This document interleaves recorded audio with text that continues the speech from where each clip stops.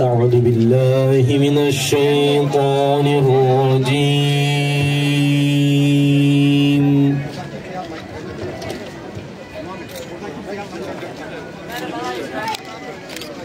بسم الله الرحمن الرحيم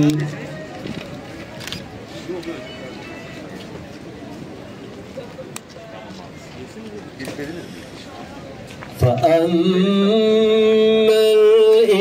الإنسان إذا ما ابتلاه ربه فأكرمه.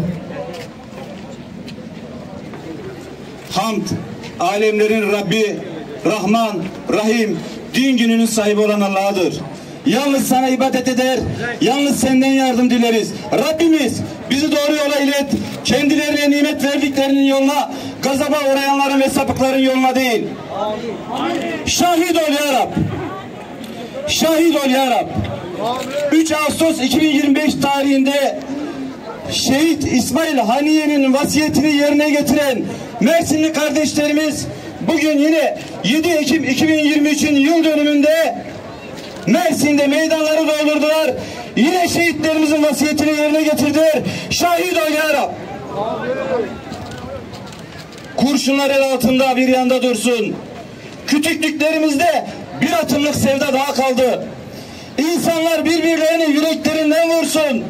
Silahımın namlusu gül kusmaktan usandı. Uyandırın öfkeleri kudursun. Söyleyin anama ölecek çocuklar doğursun. Bugün yine kan verdim toprağın damarlarına. Bugün yine ben vuruldum. Ağlama, gün doğacak toprağımın çocuklarına. Umudu bir kez daha yolumdan çevirdim ama söyleyin anama ölecek çocuklar doğursun. Adını Gazze koysun. Canı cehenneme rahat uyuyanın. Canı cehenneme kapısını kapatanın, perdesini çekenin. Canı cehenneme barış planını devreye sokan Trump'ın, canı cehenneme başkasının yangınıyla evini ısıtanın, yemeğini pişirenin, canı cehenneme yerleşimci adı altında işgalcileri götürüp Filistin'e yerleştirenlerin, canı cehenneme ben İsrail'e ABD Dışişleri Bakanı olarak değil bir Yahudi olarak geldim diyenin canı cehenneme. Canı cehenneme ben bugün 12 yaşındaki bir kızı öldürdüm ama benim asıl isteğim bir bebeği öldürmekti. Filistinli bir bebeği öldürmekti. Bunu gerçekleştirmedim. Üzgünüm diyen İsrailli iç sürüsünün canı cehenneme. Canı cehenneme. Gazze'de Birleşmiş Milletler ateşkes isterken 6 kez Birleşmiş Milletler'in ateşkesini veto eden Amerika'nın canı cehenneme. Çocuk, kadın, bebek, yaşlı demeden insanların üzerine bomba atan İsrail'in canı cehenneme.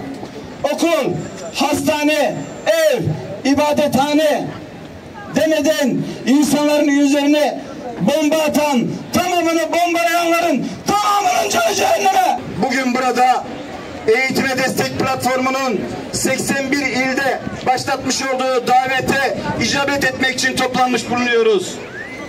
Siyonizmi lanetleyip tarihin en büyük imtihanını veren Gazze'li kardeşlerimizin sesi olmak için toplanmış bulunuyoruz. Siyonist İsrail'e ve onu destekleyenlere lanet, insanlık, onur ve haysiyeti için, Filistin'e destek için Özgecan Meydanı'nı dolduran tüm kardeşlerimize selam olsun. Amin. Siyonist İsrail rejimi 7 Ekim 2023'ten bu yana Gazze'de insanlık tarihinin en büyük soykırımını gerçekleştiriyor. 70.000 kişiyi katlettiler, 170.000 kişiyi yaraladılar. Gazze şeridinde ayakta kalmış tek bir şehir, tek bir mahalle bile yok. İnsanların sığınacakları bir güvenli nokta bile kalmadı.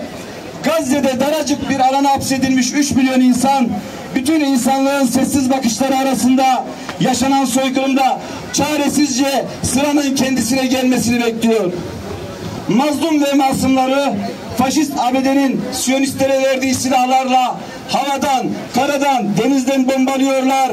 Ağızlarından insan hakları sözünü düşürmeyen Batı ülkeleri soykırıma açıkça destek veriyor. Siyonizmin hizmetindeki batılı sermaye soykırımı finanse ediyor. Küresel medya, sansür, çarp tutma, dezenformasyonla soykırımı örtüyor. Vahşetin geldiği boyutu gizliyor. Küresel zalimler bir araya gelmiş Gazze'de planlı, programlı bir soykırım gerçekleştiriyor. Kundaktaki bebekleri, sokaktaki çocukları, camideki ibadet edenleri, un kuyruğundaki aç insanları öldürüyorlar. Meleklerin lanet okuduğu, şeytanların hayranlıkla izlediği bu alçakça, namussuzca vahşet karşısında Birleşmiş Milletler çaresiz, Birleşmiş Milletler Güvenlik Konseyi ikiyüzlü, uluslararası toplum sessiz. Gazze'de yaşananlar uluslararası sistemin çöktüğünü bir kez daha göstermiştir. Hitler Avrupa'sının soykırımcı ABD'nin şımarık çocuğu İsrail öldürdükçe alkışlanıyor, daha çok öldürmesi için teşvik ediliyor. Gazze kasabı Hitler artı katil Netanyahu Nazi meclisinden farksız ABD Temsilciler Meclisi'nde konuşturulmakta kalmıyor, dakikalarca ayakta alkışlanıyor. Kahrolsun ABD, kahrolsun İsrail. Kahrolsun ABD, kahrolsun İsrail.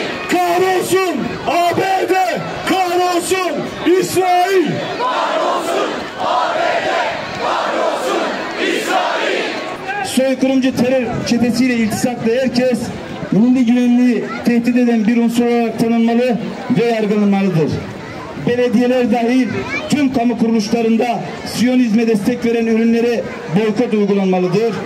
Onlar Şeyh Ahmet Yasin'i öldürdüklerini sanıyorlar. Onlar Yahya Ayaş'ı öldürdüklerini sanıyorlar. Onlar Salih El Aruri'yi öldürdüklerini zannediyorlar. Onlar İsmail Haniye'yi öldürdüklerini zannediyorlar. Onlar Yahya Sinvar'ı öldürdüklerini zannediyorlar. Halbuki Allah yolunda öldürülenler ölüler demeyin. Onlar Rableri katında bizzat diridirler. Onlar Rableri katında rızıklandırılmışlardır diyen bir Allah'ımız var. Oysa Allah yolunda öldürülenler ölüler değildir. Öyle değil mi kardeşlerim? Saygıyla basın emekçilerini ve emniyet güçlerini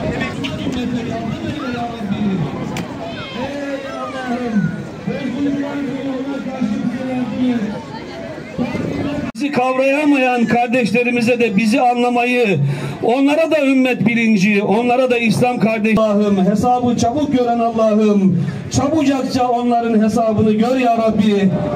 Ey vahidul kahhar, Allah'ın yolundan saptıranların saltanatlarını silip süpür ya Rabbi. Ve yeryüzünde inkarcılardan hiç kimseyi bırakma. Üstün, hayırlı, en iyi tuzaklara sahip olan Allah'ım, İnkarcı Siyonist zalimlerin ve onların hamisi Amerika'nın ve yardımcılarının Allah rızası için El Fatiha.